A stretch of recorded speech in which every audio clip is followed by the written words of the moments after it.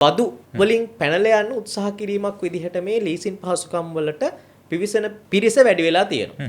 සල්ලි තියෙන මිනිස්සු අපි දැකලා තියෙනවා. කෙලින්ම අර බ්‍රෑන්ඩ් නිව් වාහනයක් අලුත් වාහනයක් ගන්න නැතුව සෙකන්ඩ් හෑන්ඩ් මාකට් එකෙන් වාහන ගන්න ඔය බදු වලින් පනින්න උත්සාහ කිරීමක් විදිහට. ඕපන් මාකට් එකෙන් උදාහරණයක් විදිහට පාවිච්චි කරන ලද වාහන. සමහරට ඒ වාහනය ලොකු වටිනාකමක් වෙන්න පුළුවන්.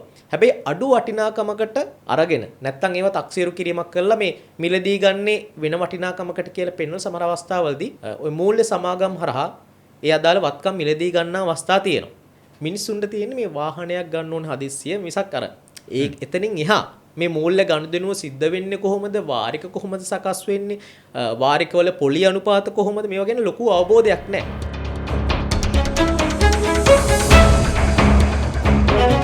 ලෝටොක්ස් අද කතාව වාහන සම්බන්ධව ලීසින් පහසුකම් ලබා ගන්නා ආකාරය ඒ වගේම එහි නීතිමය තත්ත්වයන් පිළිබඳව. අපේ අද කතා බහට එකතු වෙලා ඉන්නේ ලෝය අසංක සමරවීර. ලීසින් පහසුකමක් කියලා කියන්නේ දැන් අපි බැලුවොත් වත්කමක් අපි උදාහරණ වාහනයක් කියලා හිතන්නකෝ. මේ වාහනයක් වගේ දෙයක් අපි භාවිතා කරන්න ගන්න මූල්‍ය පහසුකමක්. මේ මූල්‍ය පහසුකම සම්බන්ධ නීතිය ගැන කතා කරද්දී මුලින්ම 2000 වර්ෂයේදී තමයි 2000 අංක 56 කියන මූල්‍ය කල්බදු පනතෙන් තමයි මේ නීතිය ආවේ. නමුත් ඊට කලින් ඉඳලා මේ ලීසින් පහසුකම් සම්බන්ධයෙන් ආයතන මූල්‍ය ආයතනවල ක්‍රියාපටිපාටි අනුගමනය වුණා. ඉතින් මේ නීතියත් එක්ක තමයි හරියට මේ ලීසින් පහසුකමක් කියන්නේ මොකක්ද? එතකොට මේවා සම්බන්ධයෙන් ගැනුම්කරුවන්ගේ අයිතිවාසිකම් මොනවද? එතකොට ඒ වගේම දීමනාකරුගේ අයිතිවාසිකම් මොනවද? මේ ක්‍රියාපටිපාටි ඔක්කොම පිළිවෙලකට හැදුනා නම් හැදුනේ මේ 2000 වසරෙන් පස්සේ ওই පනත ආවට පස්සේ. කවුද ගැනුම්කරුවා කියන්නේ? කවුද දීමනාකරුවා කියන්නේ කියලා අපි පොඩ්ඩක් පැහැදිලි කරගමු.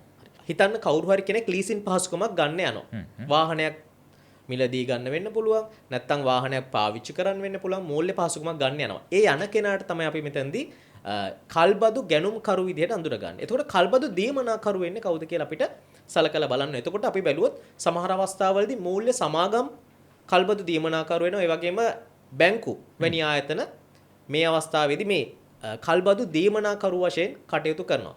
මේ ආයතන නිසියාකාරයෙන් විධිමත්ව ශ්‍රී ලංකා මහා බැංකුව මගින් නියාමනය කිරීමක් ගොඩක් වෙලාවට සිද්ධ වෙනවා.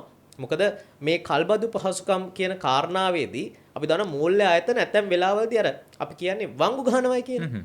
සමහර වෙලාවට ඒ වගේ ක්‍රියාකාරකම් කරන අවස්ථා තියෙනවා. ඇයි වාහනයක් ගන්න යද්දී මේ ලීසින් පහසුකම් වගේ දෙයකට මිනිස්සු යන්නේ කියන කාරණාව හොතින් සල්ලි නැහැ මුදල් නැහැ කියන කාරණාවනේ. ඒ වගේම මේ ලීසින් පහසුකම් වලට යන මුදල් තියෙන කට්ටියක් ඉන්නවා. ලීසින් පහසුකම් වලට යන්නේ ඇයි මිනිස්සු වාහන ගද්දී? අපි දන්නවා බදු වලින් පැනලා යන්න උත්සාහ කිරීමක් විදිහට මේ ලීසින් පහසුකම් වලට පිවිසෙන පිරිස වැඩි වෙලා තියෙනවා. ඒක එකක්. මොකද නමුත් වර්තමාන වෙනකොට නම් ඒකෙන් ගැලවෙන්න හැකියාවක් නැහැ. නමුත් ඇතැම් පාර්ශවයන් මේ උත්සාහයන් දරනවා. ඒ වගේම තමයි අපි බැලුවොත් අර අපි ඕපන් මාකට් එකෙන් වාහන ගන්නකොට ඒ කියන්නේ අපි හිතමු ඕපන් මාකට් එකෙන් උදාහරණයක් විදිහට පාවිච්චි කරන ලද වාහන. සමහරට ඒ වාහනය ලොකු වටිනාකමක් වෙන්න පුළුවන්.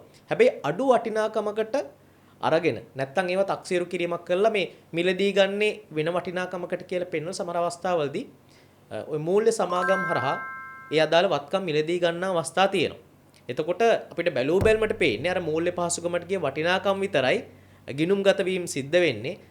තක්සේරු වර්තා තියෙන්න පුළුවන්. නමුත් අර පහසුකම ලබා ගැනීම සම්බන්ධයෙන් වටිනාකම් විදිහට අඳුර ගන්න පුළුවන් වෙන්නේ අර ඒගොල්ලෝ එකඟ වෙච්ච ඒ මූල්‍ය වටිනාකම. එතකොට වත්කම් වල වටිනාකම් අඩු කිරීමේ ක්‍රමවේදයක් විදිහට අපි ඕපන් මාකට් එකෙන් පාවිච්චි කරපු වාහන කවුරු හරි කෙනෙක් අරගෙන කල්බදු පහසුකමක් ගන්නවා නම් එතකොට අර එක්තරා විදිහකින් අපිට කියන්න පුළුවන් අර බදු වලින් කට්ටි පනින්න උත්සාහ කිරීමකුත් මේක ඇතුලේ තියෙනවා කියලා. මොකද සමහර අවස්ථාවලදී සල්ලි තියෙන මිනිස්සු අපි දැකලා තියෙනවා.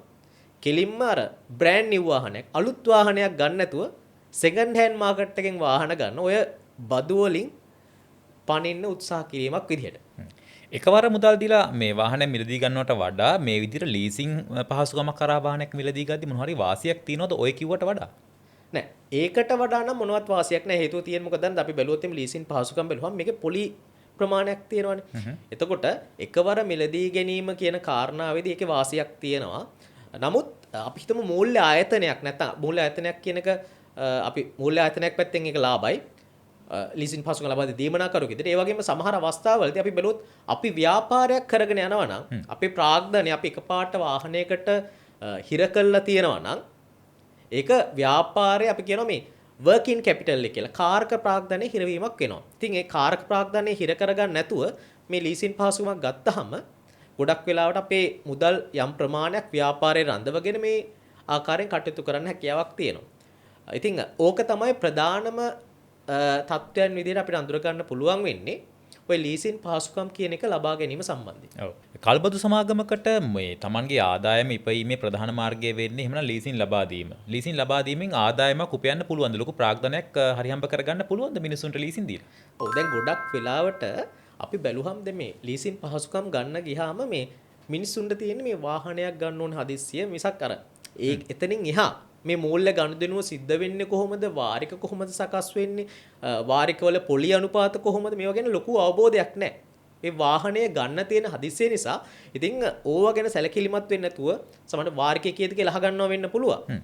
දඩ පොලි කීයද කියලා දැනගන්න නැතුව සමහර අවස්ථාවලදී මේ ලීසින් පහසුකම් ලබා ගන්න අවස්ථා තියෙනවා. ඉතින් ලොකු අවධානයක් යොමු කරන්න ඕන ඔය කියන කාරණා සම්බන්ධයෙන් එතකොට තමයි මේ ලීසින් වලින් හරි ප්‍රතිඵලයක් ලබා ගන්න පුළුවන් නැත්නම් ඇත්තම කියනවා. මගේ ප්‍රශ්නේ වෙන්නේ ලීසින් සමාගමකට ඇත්තටම මේ විදිහට ලොකු මුදලක් හරිහම්බ කරගන්න පුළුවන්ද මිනිස්සුන්ට? ඒක තමයි. දැන් එතකොට දැන් මේ ලීසින් සමාගමකට දැන් අර අපි කිව්වා මේ සමහර අවස්ථාවලදී මේ හොයන්නේ නැතුව ගනුදෙනු වලට ප්‍රවේශ වෙනවා.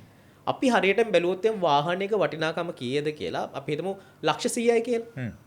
අපි ගන්න කාලෙත් එක්ක බැලුවාම ගොඩක් වෙලාවට මූල්‍ය ආයතනවලදී ලබා දෙන පොලි අනුපාතත් එක්ක ගණනය කිරීමක් කරලා බැලුවොත් සමහර විට ඒ වාහනය වගේ වාහනයක් ගන්න පුළුවන් තරම් පොලි අයවීමක් සිද්ධ වෙලා තියෙන පුළුවන්. සමහරට ඒ වාහනයට වඩා කියන්නේ වාහනේ අපි මිලදු ලක්ෂ 100 නම් තව ලක්ෂ 50ක් විතර මූල්‍ය ආයතනය ඒ වාහනය ලීසින් පහසුකම් ඔස්සේ ලබා දීලා හම්බ කරගෙන තියෙන පුළුවන්. ඉතින් මේ වගේ දේවල් සැලකිලිමත් වෙන්න ඕනේ. මොකද අපි ඇත්තටම බලන්න ඕනේ මේ මූල්‍ය පහසුකමක් ලීසින් පහසුකමක් ලබා ගන්නකොට මේ ලීසින් පහසුකම ඇත්තටම ලබා ගැනීමේ හොඳ අරමුණක් තියෙනවා. ඒ කියන්නේ Tamanට වැඩක් තියෙනවද කියන ගැන ලොකු අවබෝධයක් තියෙනවා. නැත්නම් වෙන්නේ ඇත්තටම මේ ඔය ලීසින් පහසුකම ලබාගෙන අපි අතේ තියෙන අමතර සල්ලිත් වියදම් කරලා. ඉතින් කාර්ක ප්‍රාග්ධනයේට ප්‍රශ්නයක් වෙන්නේ නැත්නම් ව්‍යාපාරව කරගෙන යන කෙනෙකුට එහෙනම් හොඳම දේ එක්වර මුදල් ගෙවලා ගන්න එක. ඔබ විශ්වාස කරනවා එක්වර මුදල් දීලා ලබා ගැනීම ලීසින් පහසුකමකට යනවට වඩා බොහොම හොඳයි කියලා. ඔකේ. ඔව් ඒක විශ්වාස කරන්න වෙනවා. හැබැයි අර කාර්ක ප්‍රාග්ධන අවශ්‍යතාව සපුර ගන්න හැකියාවක් තියෙනවා නම්. පැහැදිලි. එහෙම නැති ප්‍රශ්නයක් තියෙනවා නම් ව්‍යාපාරයක්